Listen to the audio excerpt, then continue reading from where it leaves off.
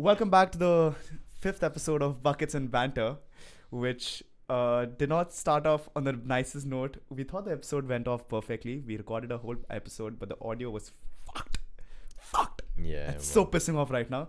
So now we're going to do the entire podcast once again and hopefully make it more concise and better than the first attempt. Yeah, love, bro. I think this needs. Oh, it's flipped over there. But this says love, bro. Anyways, so let's get on with the episode. And Kiko, I want to tell you the reasons. Because I've already said all these reasons out aloud already to you. Give a fake reaction if you don't want to give a real reaction. Okay. I got you. Thanks, man. Thank you. So the reason I wanted you to be my first guest on this podcast. Did you press record? Yeah, I Okay. did. It's recording. Don't scare me like that. Okay. The reason why I wanted you on my podcast is because, firstly, you're white. Mm-hmm. Okay. And I wanted to get some cultural diversity into my episode.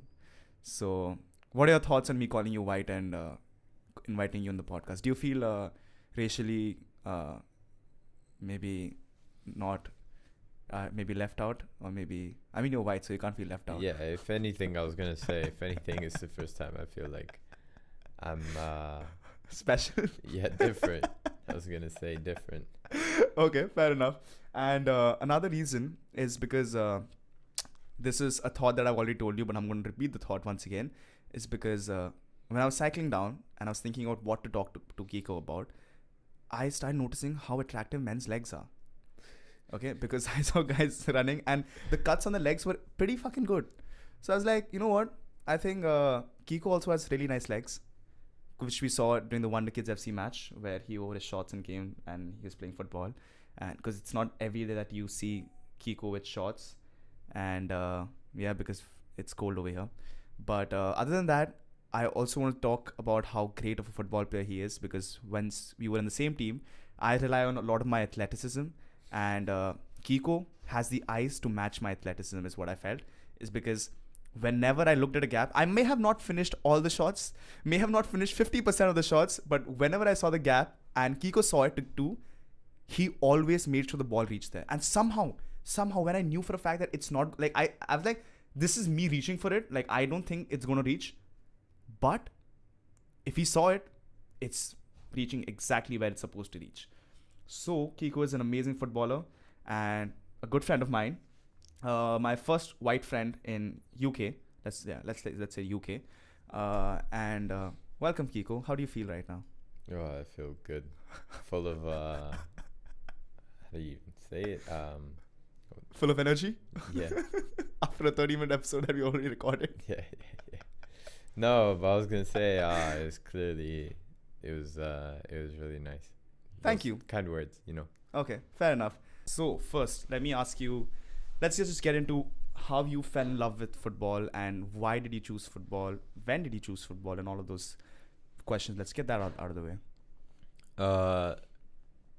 Funny. So I started with football at around... Well, I started playing it when I was a little kid. Obviously, everyone played with some sport. Like, you'd always play with, like, a ball or whatever. Yeah. But my first sport that I was playing at, like, club level wasn't football. It was tennis. Okay. And so my parents, because I have an older brother and an older sister, of like 8 years and 9 years different. Yeah. My brother, who was a really good tennis player, and my sister both just played tennis from the start, and then eventually, like, they moved to a different direction. My brother stayed in tennis. My sister went to horseback riding. Ooh. I moved to football, but so I played like 5 years of tennis, and then eventually I moved to football. But I only moved to football once I started playing football at school, and in school I realized that, like, in after school activities, we'd have like tournaments and whatnot, I realized that's what I wanted to do and to play, because mostly I did fall in love with football by watching Benfica play, which is my team in Portugal, and so. Yeah. Was there Ronaldo anywhere in the picture where he inspired you to actually get into football? Because of course he's Portuguese, you're Portuguese, and does that make a connection that sits well with you? I'd always follow him, so I remember him from like early Real Madrid days, late Man United days. So that's about 2008 onward, which was I was like 6. So, 7, which player would you say is the player that you molded your game around? Ooh, see, I always have different answers. Okay. Because, like, my favorite player growing up, in terms of, he's the best in the world, is definitely Ronaldo. Okay. Because he carried a trash Portuguese team to World Cups, Euros, and to actually even dream about winning it. Yeah. And now we have one of the best national teams in the world, and he's still there. But he was unlucky, born in the middle of 2 golden generations, which we had. It was in 2002, where we had like really, really, really good players every position, and then 17-year-old Ronaldo. And then we have a 38-year-old Ronaldo now, with again really, really good positions everywhere, and up and coming players as well. But the player I molded myself around is a tough question, because I never really. I guess the one that you can say is probably like, and it's the one that I'd always answer, is like David Luiz. Okay. So why David Luiz? Because one, he did play for Benfica. 2, I think that for me, at the time I was a center back, and so Oh, you started off as a center back? Yeah. Okay. So the way he played was exactly the way I played. Okay, that is. Just imagine that I don't know anything about football. Like, obviously he's a defender, so he'll defend. But regarding that part, that's not relevant. Yeah. He has the ball on his feet, like he's confident with it. He takes shots. He'd scored a banging free kick for Brazil in 2014 World Cup. Okay. And that's exactly what I do. Okay. And so I just pictured that, and I was like, yeah, that's like me. But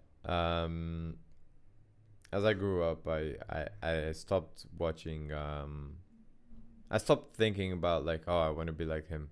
Okay. I wanna move myself around. I don't think in football you do that as often. Obviously you want to watch the elite of the elite and try and do what they do, because if they're there and they do that means something. Yeah. Okay. A question just came into my head. Okay, and this is very much like an interview question, but I don't want you to answer like an interview question. Give a very genuine.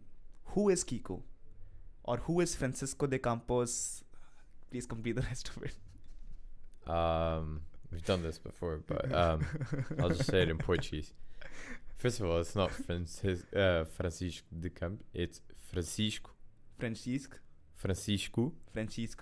Soares Ribeiro de Campos. Oh, okay. Anyways, so who is Kiko? Damn. Who are you? Who the fuck are you? Well, I am a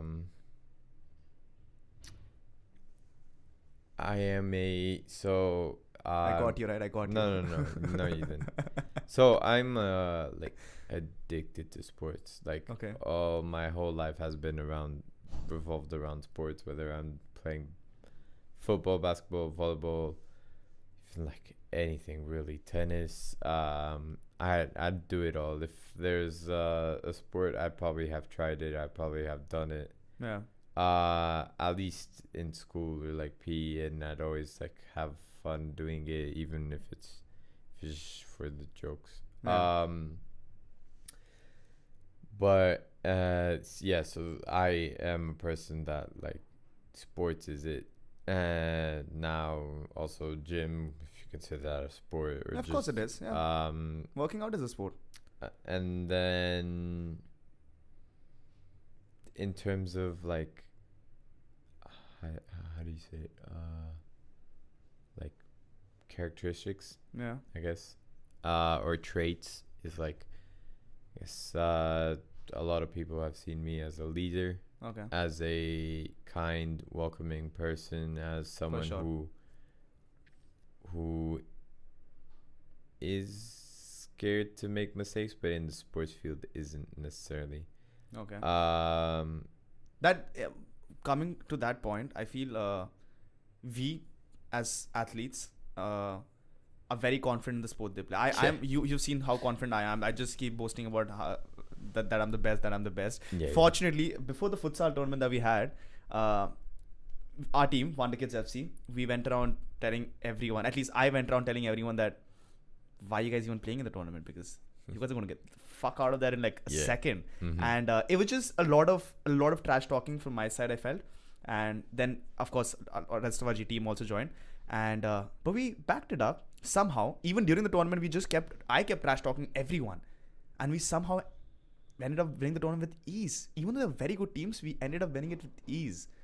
So yeah, anyways, sidetracked a little bit, but from that topic, I got into the mind frame of how did you transition from being a person who was chasing his dream to be a professional footballer to now chasing his dream, to which you'll mention what your dream is about the future as I ask you. But how does that transition be for you? Like, because for me, personally, I felt like when I, like in the last 1 week, I felt I hadn't gone for basketball like every day for the first time in a very long time, which was quite sad, because I used to, back in Bennett University, I used to go to play basketball twice a day, go to gym once a day, and it used to be a dedicated workout. Mm-hmm. Now I go just for fun, maybe get a few clips out of it, show off a little bit. That's basically it. And that was a little upsetting because I want to get back to the organized way of basketball. So how is it for you? Like, how do you feel transitioning from a person who used to play the sport to make it versus now when you're playing it for fun? I think the first thing is you have to accept it. Yeah. I think. Have you accepted it? Yeah. Okay. Yeah. I think I accepted it. I'd say a while ago, but probably ever since my injury, I was just like, yeah, it is what it is now. Mm-hmm. I mean, at one point when I got the injury, I thought I wasn't gonna ever play again. So yeah, like, it's can you tell us about your injury? Yeah. So I got I came to the UK, and in my first practice, I tore my ACL and meniscus. Ouch. It was a full tear of both, so I had to get surgery done. I went back to Portugal. I did I couldn't even straighten my knee because it had passed like a month since I got the injury done. I couldn't straighten my knee. I couldn't walk. Every time I walked, I felt like my knee was moving around. Yeah. Because the ACL is what holds your knee. Yeah, exactly. Yeah. And the meniscus is the cushion, but the ACL helps it like not move around. Every time I just felt like my knee coming out. Well, the injury, like I literally felt my knee go two separate ways. So was the injury the major factor that made you know that I'm not going to make it, or was it other things? No, there was other things. It was just the injury is always one of those things. Okay, so what are the other things? Well, it is actually for this team, Sintrens. I played for them, and then that obviously at the end of the season you have some people who are cut or not, Yeah. And some others come in, and then you usually go to the next step, which is like the older people, or like just or the new division they have, whatever it Yeah. is. And I was one of the people that got caught, and I was one of the people that like had to either continue by looking for a different team, or just, I don't know, just quit. Yeah. I went looking for a different team, obviously, because I didn't want to quit. So Yeah. I just I continued playing for a different team and continued to enjoy myself there. Yeah, and then that was basically it. Definitely had my fun there. Okay. And now that we are in Loughborough University, London, I've said okay, I think I said Loughborough University, London a lot in the previous take of this, but now that I said we're in Loughborough, now that we're in Loughborough, what made you choose sport business after doing business management that you did in Essex? What made you choose sports business in Loughborough University, and Well, what made you want to get into uh, the sports industry as not as an athlete but as a professional in the sport industry? And what are your dreams looking forward? Like, how are you going towards your yeah, dreams now? yeah. That's definitely an easy question. For See, me, that's the best part. For any person in this university, for some reason, this question is super easy because everyone has a pathway of what they want to do with their degree, which is not very certain with a lot of other degrees when people go to. Sports is one thing that I felt everyone's if they're taking sports as their degree, they're passionate about it, which yeah. everyone here is. That's just what the best part about it is. Sorry, but continue. Yeah, 100%. If everyone here is related to some sport or enjoys it in some certain Yeah. way. Well, for me, I knew I wanted to be connected to football. I Yeah. knew that was what I wanted in my life. I didn't know exactly how, Yeah. but I definitely knew I wanted it. I thought about physiotherapy at one point, Yeah. but that was way, way back. And it was when I had my crisis of injuries, multiple injuries. But this time around, I thought that I should. So I did my business, Okay. and that was always going to be the first step. Okay. Even if I wanted to go into sports, I always wanted to do business first and then sports. Okay. Business. So then I have the basis of business, and then I could always just go into sports. And my obviously my dream is to be a director of football Okay. for Benfica. And for people who don't know what a director's role is, can you please explain that? So you basically like a GM. You basically make the team. You basically hire people. Okay. You can have, there's different approaches, there's different ways of doing it, there's different styles as to how the clubs do it. Yeah. Some clubs let you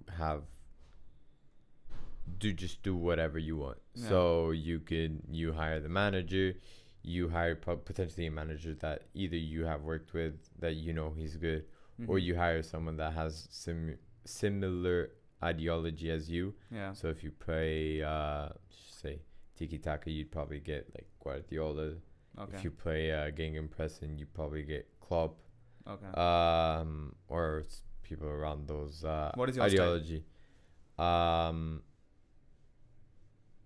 See, I really like the Gegenpressing thing Okay.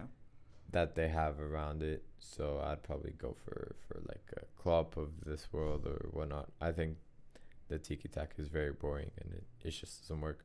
I But- thought you were a tiki taka man. Nah, I don't like it. But like the Gegenpressing doesn't necessarily mean that you can't play like that. Yeah. It's just the Majority of the playstyles are not. No, but like Gegenpressing is basically you get the ball within, like, you lose it and the goal is get the ball within 5 seconds. So it's a lot of pressing. Yeah. Okay. So it's like high press. It's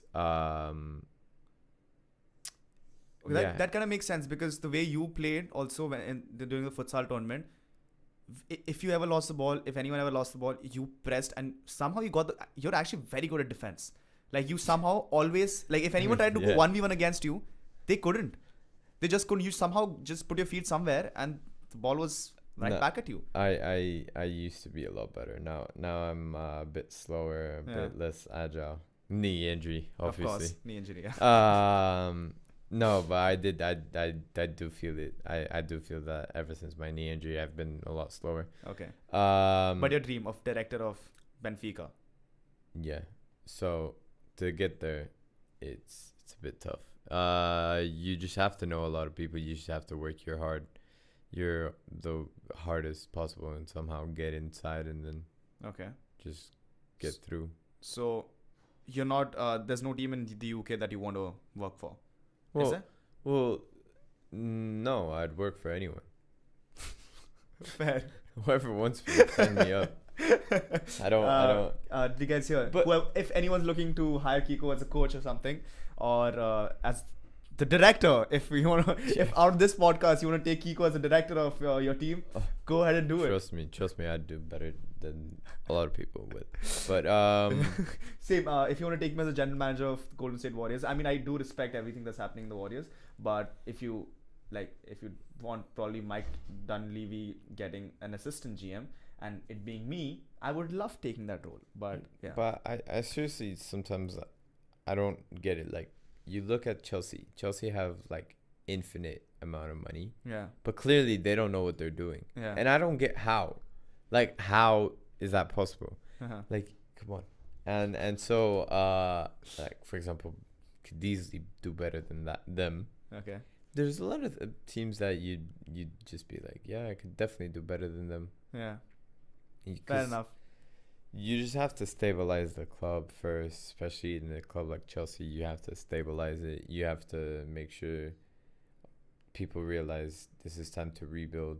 Okay. Like, kind of similar to NBA teams. You just have to take things slow. Obviously, there's no draft, and they're like rich, so you can kind of just buy the best people, players. Yeah. But you can't just buy the best players and hope they like fit together and just kind of inshallah. True. That's what happened to PSG, right? They bought the best players. Yeah. But what the fuck happened to them? No Champions League for them. Yeah. And it's similar to what Benfica is doing right now. Is they have like the best team ever. Okay. But the issue is... best team ever in Benfica's history, or like is the team good enough to... Okay. Not in history, because history we were really good like in the 60s. Okay. But like in the recent years, like best team ever. But playing wise, we're not best team ever. Okay. Because the four people in the front, so the striker, the wingers, and then the cam, they don't defend. Like at all. And so because is that because they're told not to defend? No, because they're just lazy, and because what they do is attack. Oh, damn. I'm not necessarily lazy, but it is what it is. Yeah. And so you have players like PSG, Messi, Bayern, Mbappe, and Neymar. Yeah. Those three players are amazing at attacking. Yeah. But defensive, they don't really defend. Like Neymar sometimes does, but the other two, they just walk. Yeah, they don't give a fuck. Yeah. And so you're not defending with 11 players. You're now defending with 8. 8 players, yeah. And if the other team attacks with 11, that's a problem. Yeah. Definitely. Or obviously not 11 because the keeper's there. Yeah. But 10. Yeah, but you guys get the point. You guys get the point. So it's always about that, especially in counters. You're not going to have all 8 players back. Neymar is always not going to be there, so it's a bit tough. Okay. And that's basically what happens with okay. Another question that popped into my head right now is that, is it a player that's inspired you? Like, not you look maybe you look up to them or not, but is there a player that anything? It could be any sport. Like it could be Kobe for that matter. Is there a player that has inspired you because of their work ethic, or if that inspiration could translate into now not being an athlete, not professionally playing the sport, but into your real life? An athlete that's inspired me. Yeah. You know my answer. My answer for that answer is like Steph Curry. Steph Curry is the inspiration for me. What about for you? Probably like Ronaldo. Ronaldo? Why I think Ronaldo's probably the easiest option for me. For all that he's achieved and everything that he's done. Yeah. Even with all the adversity and everything, he just continues to persevere. He's like 38 or 39. Yeah. And still going. Yeah. I think it's insane. He's been doing and everything. Fair enough. That's fair enough. Cristiano Ronaldo. In case it wasn't already mentioned, Kiko is Portuguese. Ronaldo is Portuguese. They were neighbors. No, they were not. You know his neighbors? He has a house building next to mine. Okay, so they were neighbors. So Kiko's it's building. It's not fully done. But yeah, they were neighbors. So that's a fact. Anyways, aside from that, you also watch other sports. Kiko is one of the persons who I can actually talk about NBA also with, which is a relief because a lot of people in this university, I mean, honest, but I could talk. I've had a conversation about NBA. That's another one good thing about this university is that everyone's such a sport-minded person that everyone loves talking about any sport. Okay, yeah. And we just witnessed Kyrie's game winner today, which was quite fucking insane considering he took a lefty hook shot from the free throw line, and it was behind the free throw. Just slightly behind the free throw. He was in the 3-point line. He took a step inside and then jumped. Yeah. First he hesitated Nikola Jokic just a little bit and took a step in, and that was an insane fucking finish, dude. That was an insane game also. I mean, yeah, I was gonna say the whole game was quite crazy, but the last 5 minutes were even. Jamal Murray missing. They ran. So Doncic first hits that 3 to tie the game. Then Jamal Murray wasted time. Not wasted. Yeah, he ran down the clock. Took with 3 seconds and then missed. Yeah. And it was a wide open. That's a wide open shot. I don't know how he missed that. Especially when he's hot during that game. Yeah. Shouldn't have missed that. But then that gave us Kyrie's game winner. So that was that. I mean, it was Luka and Kyrie. Because Luka obviously got his 30. And then Kyrie got like 27 probably. Something like that. Yeah. That's usually how the scoring goes around in maps now. Luka keeps getting 35-point game, triple doubles and all of that. But, classic. Aside from that, so what are your thoughts about Loughborough, London? How do you like your university so far?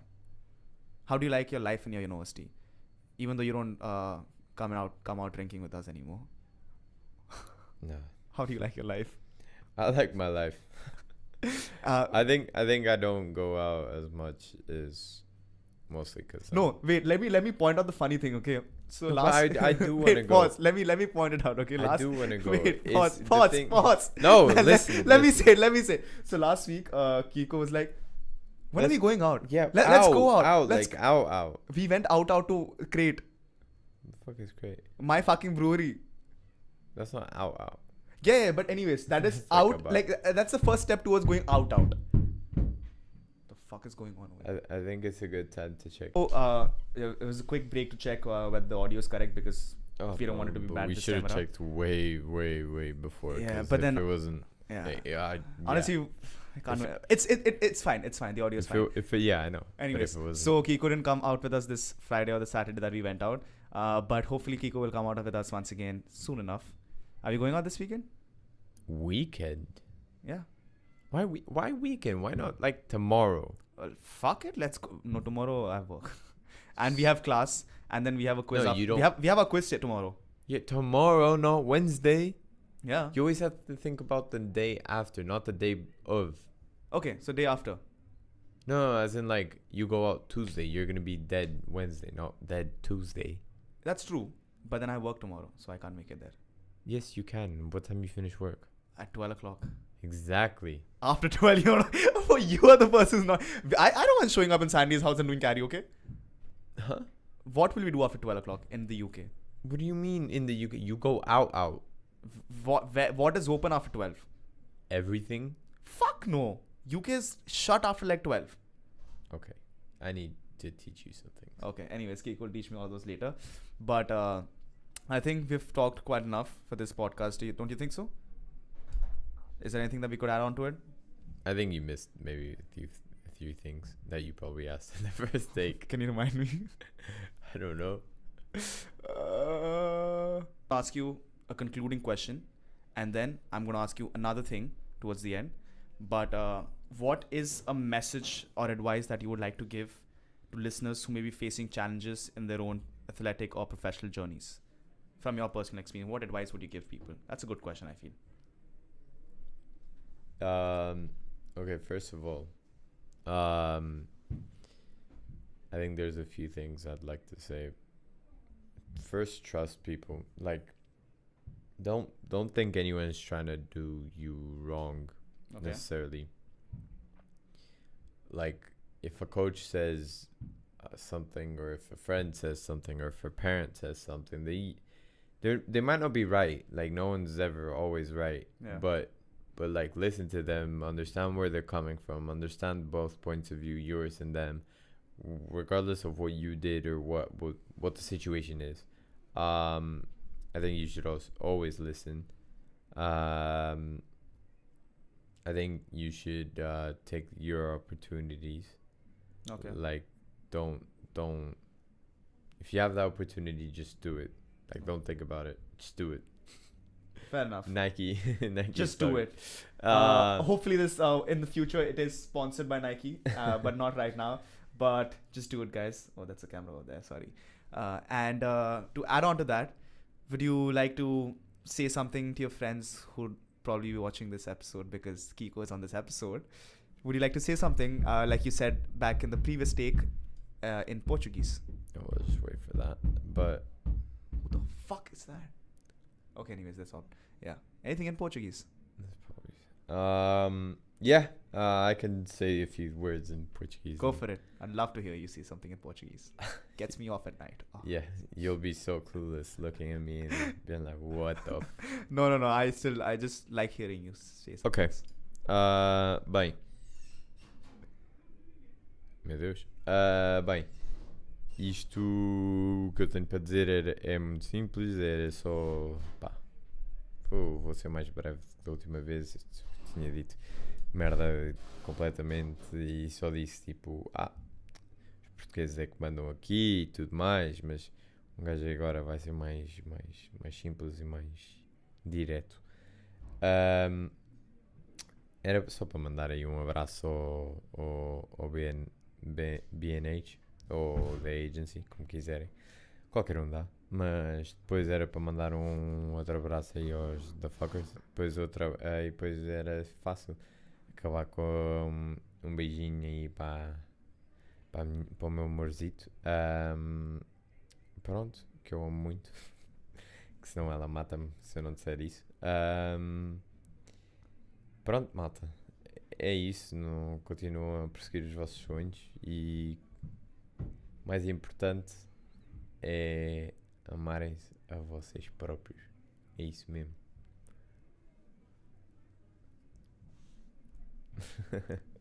Do you want me to say something now?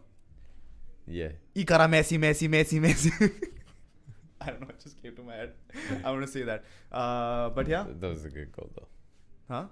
Cara Messi. It was a good goal. That comes from, I thought that was just a meme. No, it's a commentator. Messi gets the ball from like halfway and then just dribbles past like 5 guys and scores. Oh, it's specifically with that goal? Yeah, he goes like, Cara Messi, Messi. Messi, yeah. So yeah. Goal. Yeah. So anyways, I hope you guys enjoyed this episode.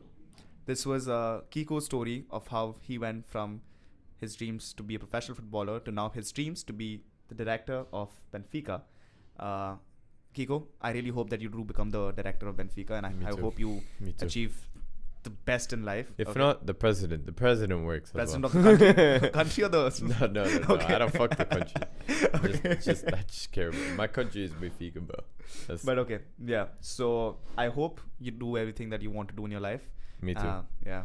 Say something nice. Say like same to you. You also tell me also. No. Fuck off, man. Me too. Okay. Anyways, so that was the episode, the 5th episode, the second take of the 5th episode, and surprise. I think it went better than the first take. Don't you think? Different. Different? Like slightly different it was. No, like you didn't ask. Or not didn't ask. It was just different things were talked about. Yeah. But I think that was the second take of the It was good. 5th episode. Hope you enjoyed being on my podcast. I hope to have you soon. Maybe more on a very casual thing with everyone in the Wonder Kids FC. Yeah, we can do something else. Yeah, we could. Something again. Yeah, perfect. So hope you guys enjoyed it. Please do listen to it. And this is now on YouTube, so I think I should say something along the line like subscribe. Woohoo! And then you have to go like, subscribe. Oh, like, share, comment, subscribe. No, share is TikTok. Oh, sorry. Like, comment, and subscribe. Comment. It's YouTube. Comment. Whatever it is. Like, comment, subscribe, and if you have any suggestions, anything that you would like to see on this podcast, I'm open to any suggestion. Or any sport. I'm big on NFL. You're big on NFL? Yeah, I'm starting NFL. Green Bay Packers. I just, on LinkedIn, I connected with some NFL player, some quarterback. He connected back. I don't know, it just gave my recommended, I connected. So yeah. Well, I swear LinkedIn is the most unserious thing ever. It's sometimes so funny. You just go into random people, click connect. They'll probably add you. Like, they don't care as long as you seem somewhat real. I had some, like, bot-looking ass person. Anyways, that's that. I will get the translation of whatever you said after this so that I could tell my viewers what the translation was. No. But see you guys. Bye-bye. Love you. Peace.